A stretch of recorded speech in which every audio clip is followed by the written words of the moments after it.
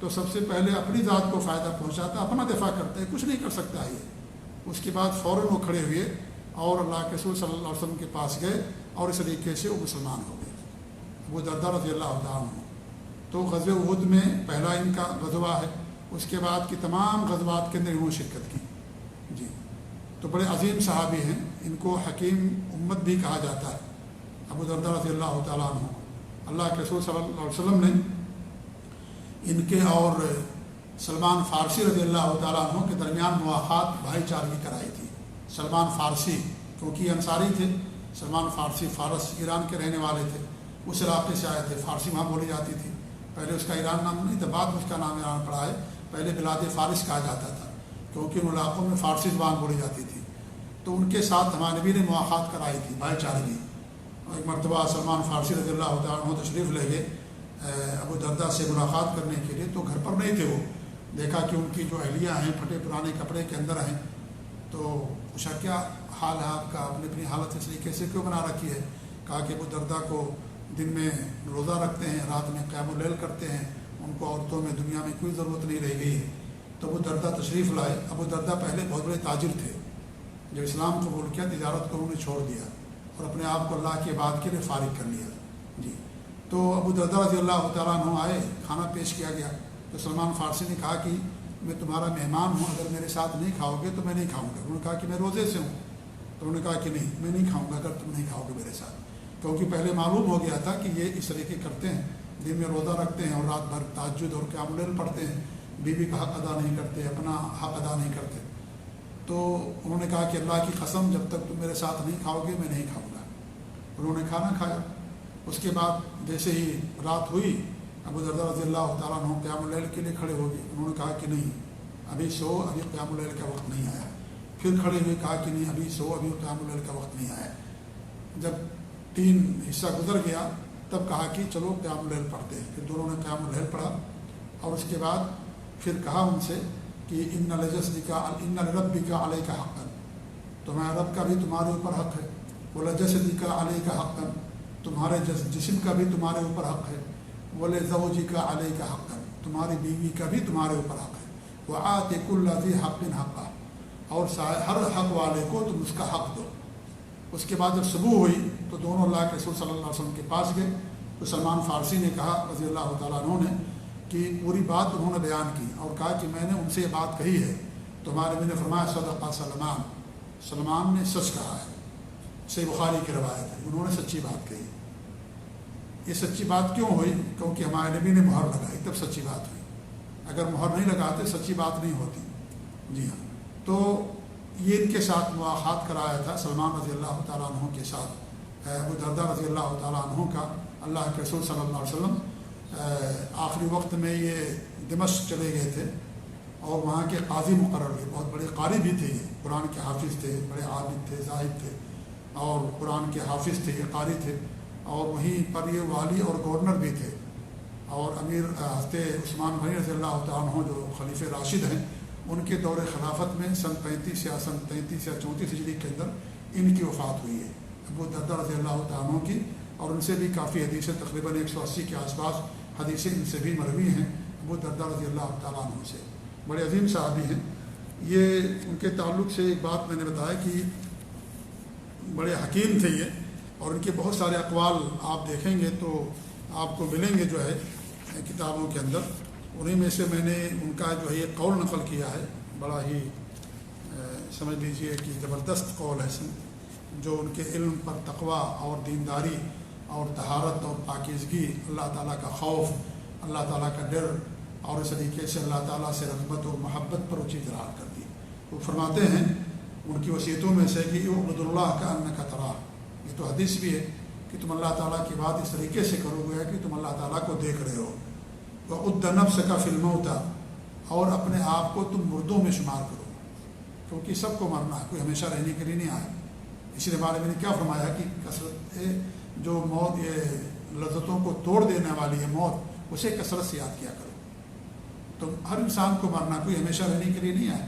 ابھی دیکھیے کرونا میں کتنے لوگوں کی وفات ہو گئی، لاکھوں لاکھ لوگ دنیا کے اندر وفات پا گئے، ہمارے بڑے بڑے علماء، بڑے بڑے لوگ، بچے اور جوان بوڑھے، بہت سارے لوگوں کی وفات ہوگی کورونا میں، خاص طور سے ہمارے بڑے بڑے علماء دنیا سے چلے گئے. اللہ ان کی مغفرت فرمائے، اللہ تعالیٰ ان پر رحمت فرمائے، اللہ تعالیٰ انہیں جنت الفردوس کے اندر اونچا مقام عطا فرمائے. جو باقی اللہ تعالیٰ ان کی حفاظ فرمائے، صحت و تندرستی عطا فرمائے. تو یہ ہے کہ ہر انسان کو مرنا، کوئی ہمیشہ رہنے کے لیے نہیں آیا. کتنی بھی انسان کی عمر ہو جائے ایک دن اس کو مرنا ہی مرنا. جی ہاں، دوسرے مرحلے کے اندر جانا، یہ ہماری جو زندگی ہے اس زندگی کا ایک مرحلہ. ہم یہاں مسافر کے طریقے سے ہیں، ایک اجنبی کے طریقے سے. مسافر کسی اسٹیشن پر ہمیشہ نہیں رکتا ہے، بلکہ وہاں پر رک کر کے اور ٹرین کا یا جہاز کا انتظار کر کے پھر دوسرے منزل کی روانہ ہو جاتا ہے. تو یہ ہماری ایک منزل ہے، ہماری آخری منزل نہیں ہے. ہماری منزل آخری کون سی ہے؟ آخرت ہے. جنت یا جہنم یہ آخری منزل، یہ آخری منزل نہیں ہے. جی ہاں، ہماری شروعات عالم ارواح سے ہوئی، وہ مرحلہ تھا. پھر ماں کے پیٹ کے اندر ہم آئے، ایک مرحلہ وہ گزرا. یہ تیسرا مرحلہ ہے ہماری زندگی کا. اس کے بعد کا مرحلہ برزخ کا ہے. برزخ کے بعد پھر جو آخری زندگی ہے، ابدی اور سرمدی زندگی ہے، وہ جنت اور جہنم کی شکل میں. تو ہر انسان کو مرنا.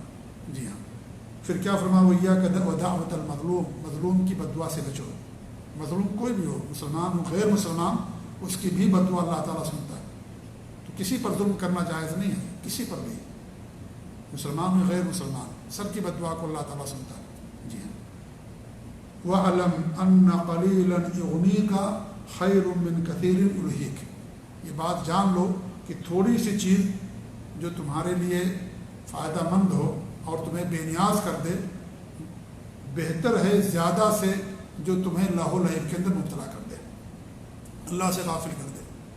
زیادہ دولت ہو جائے، اللہ سے غافل ہو جائیں، اس سے بہتر ہے کہ آپ کے پاس تھوڑی دولت ہو اور آپ دوسروں کے سامنے ہاتھ نہ پھیلائیں، بے نیاز رہیں. یہ بہتر ہے اس سے کہ انسان کے پاس بہت مال آ جائے، بہت رزق آ جائے، اللہ کو بھول جائے، دنیا کا ہو کر کے رہ جائے، بے رغبتی اس کے اندر آ جائے. اس سے بہتر ہے تھوڑی سی چیز آپ کے لیے بہتر ہے اس چیز سے کہ زیادہ آپ کو مل جائے اور آپ دنیا سے اللہ سے لا تعلق ہو جائیں. اور ہوتا عام طور پر کہ انسان کے پاس مال آتا ہے تو کیا ہے، انسان بھول جاتا اللہ. حالانکہ ہونا تو یہ چاہیے جتنا زیادہ اللہ کا رزق ملے، جتنی زیادہ اللہ کی نعمت ملے ہمیں، اتنا زیادہ اللہ تعالیٰ کا ہمیں شکر ادا کرنا چاہیے. آپ دنیا کی مثال لے لیں، اگر کوئی یہاں پر زیادہ احسان کرتا ہے تو انسان اس کا زیادہ شکر ادا کرتا ہے، زیادہ اس کا شکریہ ادا کرتا ہے. اللہ کا جتنا انعام ہمیں ملے، جتنی نعمت ملے، اتنا ہی انسان کو اللہ تعالیٰ کا شکر ادا کرنا چاہیے. اس لیے جب انسان بڑا ہوتا ہے تب اس کے اوپر عبادات فرض ہوتے ہیں. بچہ اگر ہے تو نہیں فرض ہوتے، کیونکہ بڑا ہو گیا، ایک بڑی نعمت اللہ تعالیٰ کی اس کو مل گئی کہ وہ بالغ ہو گیا، عقل مند ہو گیا. بڑی نعمت اللہ کی اس کو مل گئی، اس لیے اس کے اوپر عبادتیں فرض ہو جاتی ہیں. جو پہلے عبادتیں اس کے لیے فرض نہیں ہوتی تھیں. جی ہاں، تو جیسے جیسے انسان کی عمر بڑھتی ہے، نعمتیں زیادہ ملتی ہیں، ویسے ویسے انسان کو اللہ تعالیٰ کا شکر بھی زیادہ کرنا چاہیے. جی، لیکن ہمارا معاملہ الٹا ہے. ہمیں جب زیادہ مال ملتا ہے، زیادہ نعمت ملتی ہے، ہم ناشکرا ہو جاتے ہیں اور اس طریقے سے ہم اللہ کو بھول جاتے ہیں، دنیا دار ہو جاتے ہیں اور یہ سمجھتے ہیں کہ سب ہماری محنت کا، ہماری کوشش کا، ہماری عقل کا نتیجہ. تو فرماتے ہیں کہ تھوڑا ہے بہتر ہے زیادہ سے جو آپ کو اللہ تعالیٰ سے غافل کر دے. وَإِنَّ الْبِرَّ لَا يَبْلَىٰ، نیکی کبھی ختم نہیں ہوتی ہے، نیکی باقی رہتی ہے. جو بھی آپ نیکی کریں گے وہ باقی رہے گی. وَإِنَّ الْإِثْمَ لَا يُنسَىٰ، اور جو اثم ہے، برائی ہے، اس کو بھولا نہیں جاتا. انسان اگر کوئی برائی کیا ہے تو انسان اس کو یاد رکھتا ہے کہ میں نے برائی کیا تھا، یاد آتا ہے اس کو زندگی میں، اور اس برائی کا ذائقہ انسان کو وقتی طور پر رہتا، ختم ہو جاتا ہے، لیکن اس کی ندامت انسان کے ساتھ ہمیشہ رہتی ہے. انسان نیکی کرتا ہے، محنت ختم ہو گئی لیکن نیکی باقی رہتی ہے. انسان گناہ کرتا ہے، ذائقہ ملتا ہے، وقتی ذائقہ رہتا، ذائقہ ختم ہو گیا، لیکن ندامت اور اس کا وبال اور اس کا برا انجام انسان کا ہمیشہ پیچھا کرتا ہے. تو وہی فرماتے ہیں کتنی عظیم بات بتائی انہوں نے اپنے اس قول کے اندر. تو بہرحال یہ بڑے عظیم صحابی ہیں حضرت ابو درداء رضی اللہ تعالیٰ عنہ، جو دمشق کی مسجد کے اندر تشریف فرما تھے. فجاء رجل، تو ایک آدمی ان کے پاس آیا، فقال یا ابا الدرداء، کہا اے ابو الدرداء، انی جئتک من مدینۃ الرسول صلی اللہ علیہ وسلم، میں تمہارے پاس اللہ کے رسول صلی اللہ علیہ وسلم کے شہر سے تشریف لایا ہوں. کہاں سے؟ اللہ کے رسول کے شہر سے. ایک حدیث کے لیے گئے تھے. لحدیث بلغنی عنک، ایک حدیث جو مجھے تک پہنچی آپ کی طرف سے، انک تحدث عن رسول اللہ صلی اللہ علیہ وسلم، کہ آپ ایک حدیث اللہ کے رسول سے بیان کرتے ہیں. ایک حدیث سننے کے لیے میں آیا. آپ دیکھیں دمشق اور مدینہ کی کتنی دوری ہے، بہت بڑی دوری ہے، بہت لمبی مسافت. اس زمانے کی بات ہے، اونٹ پر لوگ سفر کرتے تھے. آج کے طریقے سے ہوائی جہاز اور ٹرین نہیں تھا اس زمانے میں، اونٹ پر، گھوڑے پر، گدھے پر لوگ سفر کرتے تھے۔ ایک حدیث کے لیے اللہ کے صلی اللہ علیہ وسلم کی سننے کے لیے کہاں گئے؟ دمشق گئے۔ اتنا لمبا سفر طے کیا انہوں نے۔ تو پوچھتے ہیں اور کہتے ہیں ماں جے تو کل حاجہ، میں کسی اور حاجت کے لیے نہیں آیا، کوئی اور مقصد نہیں، صرف اس مقصد سے آیا کہ ایک حدیث سننے کے لیے، اور مجھے معلوم ہوا کہ وہ حدیث آپ نے اللہ کے رسول صلی اللہ علیہ وسلم سے لی۔ اس سے معلوم ہوتا ہے کہ انسان کو علماء سے علم حاصل کرنا، کتابوں سے نہیں، انٹرنیٹ سے نہیں، واٹس ایپ سے نہیں، یا یوٹیوب اور فیس بک سے نہیں۔ اس سے وہی لوگ فائدہ اٹھا سکتے جن کے پاس علم ہے۔ علماء اس سے فائدہ اٹھائیں، اس کے ذریعے سے اپنے علم کی نشر و اشاعت کریں، اس کو سنیں، لیکن یہ کہ انسان پورا علم اسی سے حاصل کرے، انسان نہیں کر سکتا۔ ان کے پاس گئے، وہ حدیث سن رکھی تھی انہوں نے، لیکن پھر بھی ان سے ملنے کے لیے گئے، اس حدیث کو سننے کے لیے گئے۔ اتنی لمبی مسافت انہوں نے طے کی ایک حدیث کو سننے کے لیے۔ صحابہ نے کتنی محنت کی حدیثوں کو یاد کرنے میں، یہ جو حدیث ہم تک پہنچی ہے اس لیے پہنچی، بڑی محنت ہے کہ ایک ایک حدیث کے لمبا سفر کیا انہوں نے، ایک ایک حدیث کے لیے۔ جی ہاں، کوئی مصر جاتا ہے، کوئی فلسطین جاتا ہے، کوئی دمشق جاتا ہے، کوئی کسی اور ملک کے اندر اور شہر میں جاتا ہے ایک حدیث کو سننے کے لیے۔ جی ہاں، اللہ اکبر۔ یعنی آپ دیکھیں کہ کتنی نعمتیں اللہ رب العالمین کے، ہم لوگ اسی میں بیٹھ کر کے حدیث اور درس سنتے ہیں، پھر بھی ہم لوگ نہیں سن پاتے، نہیں جا پاتے۔ جی ہاں، کتنا آرام ہے بیٹھے ہوئے، نہ پسینہ نہ کچھ بھی محنت نہیں کیا، پھر بھی ہمارے پاس اتنا وقت نہیں رہتا ہے کہ ہم اللہ کے دین کا علم حاصل کریں۔ یعنی کتنی بڑی نعمتیں اللہ رب العالمین کی آج ہم کو حاصل ہو گئی۔ ایک حدیث سننے کے لیے اتنا لمبا سفر طے کیا۔ کون؟ ایک جو ہے وہ کون صحابی تھے، ان کا نام تو میں نے تلاش کیا، نہیں ملا۔ بہرحال ایک حدیث سننے کے لیے ان کے پاس گئے تھے۔ ایک روایت کے اندر آتا ہے کہ انہوں نے سوال کیا تھا کیا تم کسی تجارت کے لیے آئے ہو؟ کہا کہ نہیں۔ کہا کسی اور مقصد کے لیے آئے ہو؟ کہا کہ نہیں، صرف ایک مقصد ہے کہ اللہ کے رسول صلی اللہ علیہ وسلم کی میں حدیث سننے کے لیے آیا۔ اللہ اکبر۔ یعنی حدیث کے لیے انسان سفر طے کرتا ہے۔ حدیث یہ خزانہ ہے، حدیث یہ کتاب الدین کے حاصل کرنے کے ایک مصدر ہے۔ قرآن اور حدیث دو ہی چیزیں، اللہ کے رسول کی حدیث میں تمہارے درمیان دو چیزیں چھوڑ کر جا رہا ہوں، ایک اللہ تعالیٰ کی کتاب، دوسری میری سنت۔ جب تک ان دونوں کو تھامے رہو گے کبھی گمراہ نہیں ہوگے۔ قرآن و حدیث کو سلف صالحین، صحابہ، تابعین، طبع تابعین کے منہج، ان کے فہم، ان کے عقیدے کے مطابق سمجھانا، یہی دین ہے۔ اسی کے اندر نجات، باقی کسی میں نجات نہیں ہے۔ قرآن کو اپنے لحاظ سے آپ سمجھیں گے، آپ کو نجات نہیں ملے گی۔